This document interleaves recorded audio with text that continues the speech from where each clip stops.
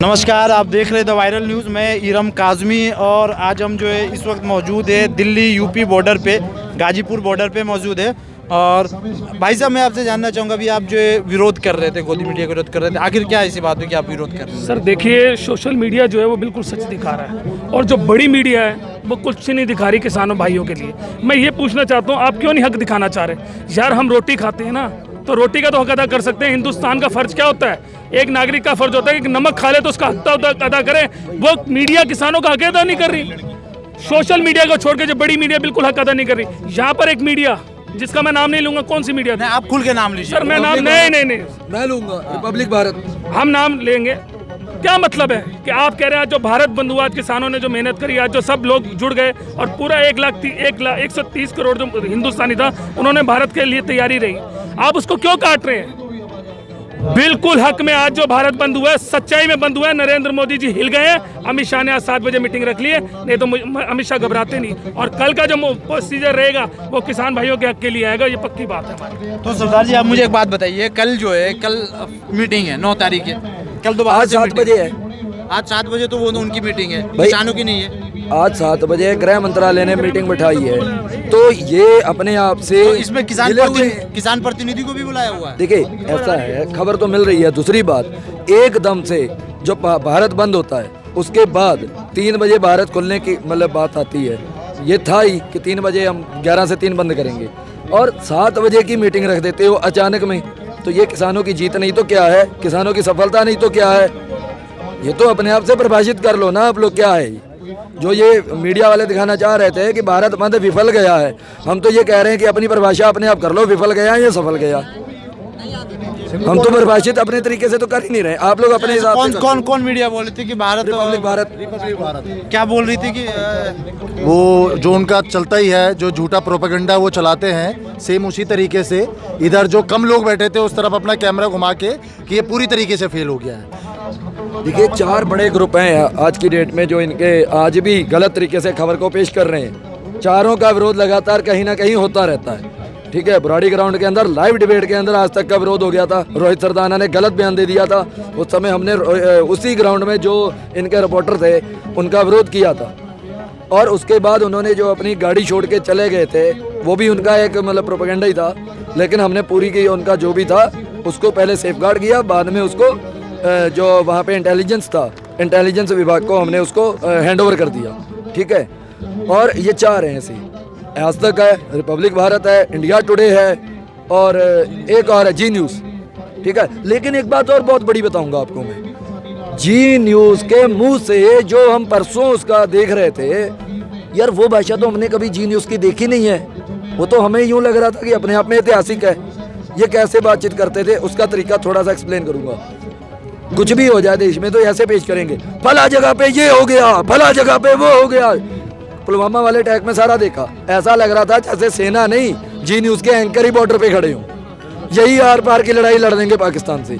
और परसों हम देख रहे थे जी न्यूज़ की भाषा इतनी विनम्र, हमारी भी उतनी नहीं है भाई जितनी विनम्रता से वो अपनी बात रख रहे थे। तो ये जो विरोध होता जा रहा है ना लगातार, जो ये मीडिया का विरोध हो रहा है, गोदी मीडिया को ऐसे करके विरोध होता है, गोदी मीडिया नहीं चाहिए, ठीक है ना, तो ये उसी का असर है। और पूरा देश इस बात को जान रहा है, पहले से जान रहा है कि मीडिया कितना सच्चा है, कितने पानी में है। कुछ मीडिया वाले जो यहाँ पे घूम करके सवाल कर रहे हैं लोगों से कि हमारे देश में जो संविधान है तभी तो आप यहाँ पे बैठ के प्रोटेस्ट कर रहे हैं जी। लेकिन मैं बता देना चाहता हूँ कि हमारे देश में वाकई में अगर संविधान का सही तरीके से पालन होता तो इन किसान भाइयों को आगे जाने दिया जाता। संवैधानिक तरीके से अगर ये प्रोटेस्ट होता तो इन्हें आगे जाने दिया जाता। ये जंतर मंतर या रामलीला जहाँ पे इनकी डिमांड थी, ये वहाँ पे बैठते और ये वहाँ से बैठ करके प्रोटेस्ट करते, लेकिन इन्हें आगे जाने नहीं दिया गया है। मजबूरन ये यहाँ बॉर्डर पे बैठे हुए हैं जो है। तो जो मीडिया यहाँ पर घूम करके जो एक प्रोपेगेंडा फैला रही है कि हमारे देश में संविधान है तभी तो यहाँ पे बैठ के प्रोटेस्ट करने दिया गया, जो किसान भाई यहाँ पर बैठे हुए वो मजबूरी के तहत बैठे हुए, कल तक बैठे हुए हैं। कल जो भी फैसला आएगा उसके बाद ये आगे डिसाइड करेंगे कि इन्हें आगे दिल्ली जाना है या वापस पंजाब जाना है। कल ही बता पाएगा, कल 9 तारीख की मीटिंग में। आज हम हापुड़ से आ रहे थे, हमें गिरफ्तार कर लिया गया, ठीक है ना। और जो तिलकुए थाने में पूरे दिन बंद रखा गया, गाड़ी में गिरफ्तार करके पूरे दिन थाने में बंद रखा गया, यहाँ भी नहीं आने दिया जाए। सरदार जी क्या लगता है आपको, ये संवैधानिक प्रोटेस्ट है, यहाँ पे तो लोग जो है वो सारे संवैधानिक है, प्रोटेस्ट जो कर रहे हैं वो संवैधानिक तरीके से कर रहे हैं, लेकिन जो रोड पे बैठ रहे हैं ये कहीं ना कहीं सरकार की तरफ से असंवैधानिक नहीं किया जा रहा? देखिए, संविधान की जब आपने बात ही शुरू कर दी तो ये बिल्ले पे नज़र लगा लो। इसके यहाँ लिखा हुआ है राष्ट्रीय किसान मजदूर संगठन का बिल्ला है, और ये लिखा हुआ है कानूनी हक दिलाने वाला एकमात्र संगठन सरदार भीम सिंह जी का जो संगठन है, और यही ऑल इंडिया किसान कोऑर्डिनेशन कमेटी के राष्ट्रीय संयोजक भी हैं। तो जब संविधान की बात शुरू ही होगी तो मैं बता दूं, जो राष्ट्रीय किसान मजदूर संगठन के सिपाही यहाँ खड़े हैं ना बॉर्डरों पे, बहुत ही संवैधानिक है, बहुत ही ज़्यादा। ये अनुशासन अपने हाथ में नहीं लेते। देखिए, सरकार की जो बदसलूकी है वो सबको पता है, और आज हम लोगों ने यहाँ से मार्च भी किया था ताकि मीडिया को भी इस बात की जानकारी हो जाए कि ये कभी भी कानून व्यवस्था हाथ में नहीं लेते हैं। यहाँ पूरा जाम था, मार्च करते हुए वो वहाँ जो दिल्ली का बैरिकेड लगा है वहाँ तक गए, लेकिन बैरिकेड से हम 50 कदम पीछे बैठ गए, एक भी साथी वहाँ से आगे नहीं बढ़ा। ये हमारा संवैधानिक ढांचा जो हमारे संगठन का भी है कि कानून व्यवस्था पे खरे उतरना है। दूसरी बात, जो जैसे भाई ने भी बताया पिलखुवा चौकी में इनको भी बंद रखा गया थाने में, तो कल हम खुद, मेरे उधर के साथी आ रहे थे, हमारे उत्तरांचल के और यूपी के, बिलासपुर के थे, रुद्रपुर के थे, बाजपुर के थे, पीलीभीत के कुछ साथी थे, उनको भी रोका गया। 200-250 लोगों का जत्था था, उनको भी रोका गया। कुछ ये पश्चिम उत्तर प्रदेश के साथी थे, उन्हें भी रोका गया। तो भाई हमारे पास तो एक ही फंडा है, जहाँ रोकोगे वहीं लेट जाएंगे, क्या दिक्कत है। इन्होंने बैरिकेड लगाया, बैरिकेड से सभी साथी पीछे हट गए, बैठ गए वहीं पे। ये ग्रुप जा रहा है पीछे, ये ग्रुप जा रहा है ना, इन्हीं के साथ हुआ था ये सब वहीं पे लेट के आए थे, वहीं पे सब लेट गए थे 2 मिनट से पहले। और लेटने का मतलब ये था, तो संवैधानिक काम कर रहे हैं, पूरा संविधान। जो किसान है वो किसान भाई भी संवैधानिक काम भाई साहब एक चीज और बताओ, लेकिन आप बताइए कि यहाँ पे देखिए 2 काम हो रहे हैं, एक तो संवैधानिक काम हो रहा है, जी, एक तरफ से असंवैधानिक काम हो रहा है। कृषि असंवैधानिक काम किधर से हो रहा है? सरकार की तरफ से हो रहा है ना। जाके देखो ना, बॉर्डर पे बैरिकेड तो सरकार ने लगाए हैं भाई, बैरिकेड तो सरकार ने लगाए ना। रोड जाम जो करने का वो बना रखा है वो तो सरकार ने बना रखा है। हम तो दिल्ली जा रहे थे, रास्ता तो यही है ना दिल्ली जाने का। आम जनता की तकलीफ, रोड से दिल्ली जाते हैं, आम जनता रोक तो सरकार रही है। आम जनता की तकलीफ तभी दूर होगी जब ये किसान भाई यहाँ से हटेंगे, जब इनकी डिमांड पूरी होगी। सरकार को सोचना चाहिए कि जो किसान भाई यहाँ पे बैठे हुए संवैधानिक तरीके से बैठे हुए, लेकिन जो परेशानी है आम जनता को हो रही है, सरकार अगर इनकी बातें मान ले और जो किसान विरोधी कानून है सरकार उसे अगर रद्द कर दे, तो ये हंसी खुशी बोल रहे कि हम हंसी खुशी यहाँ से नाचते गाते अपने घर जाएंगे, इससे आम जनता को भी काफ़ी राहत मिलेगी। जैसे आपने कहा ना, आम जनता की जो परेशानी है, मैं उस पर भी एक बात कह दूँ, आम जनता जो हमें दिखाई दे रहा है, जो आम नागरिक हैं, वो परेशान नहीं दिखाई दे रहे हमें। क्यों?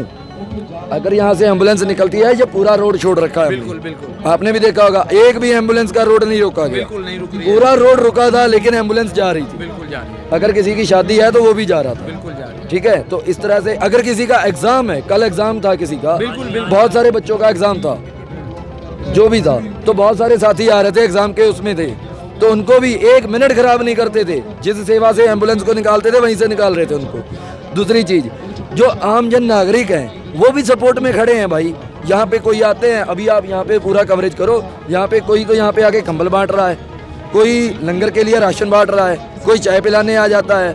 तो मतलब जैसे भी हो पा रहा है, वो पूरा जो दिल्ली का नागरिक भी है वो भी हमारे साथ खड़ा है। क्यों खड़ा है उस पर बात कर लूँ। जो इन तीनों कानूनों में से एक कानून है जिसमें से है एसेंशियल कमोडिटी अमेंडमेंट एक्ट 2020, उसका असर सीधा सीधा आम जनता पर भी आने वाला है। ये किसान आज खड़ा है, जनता 1 साल बाद खड़ी हो जाएगी। कैसे होगा? क्योंकि उसके अंदर जो आज हम खाना खा रहे हैं वो कहाँ से आएगा, वो कहाँ से आएगा? अगर किसान ही बर्बाद हो जाएगा तो भाई जो खाना खा रहे हो वो कहाँ से खाओगे? उसके अंदर बहुत लंबा है, मैं पूरे में डिटेल में नहीं जा रहा हूँ। बहुत बहुत धन्यवाद सरदार जी आपका। तो आपने देख लिया, यहाँ पर हमने जो है बात किया कुछ सिख भाइयों से जो किसान आंदोलन में आए हुए, उनसे हमने बात किया। कुल मिलाकर के यहाँ पर यही पता चलता है कि जो लोग यहाँ पर बैठे हुए हैं वो उनका बोलना यही कि आज हम बैठे हुए, 1 साल बाद जनता बैठेगी। जो है जनता को भी समझना चाहिए कि इस कानून से जनता को भी काफ़ी हद तक नुकसान होने वाला। आप देख रहे थे the viral news, cameraman Monu Pandit के साथ मैं इरम काज़मी।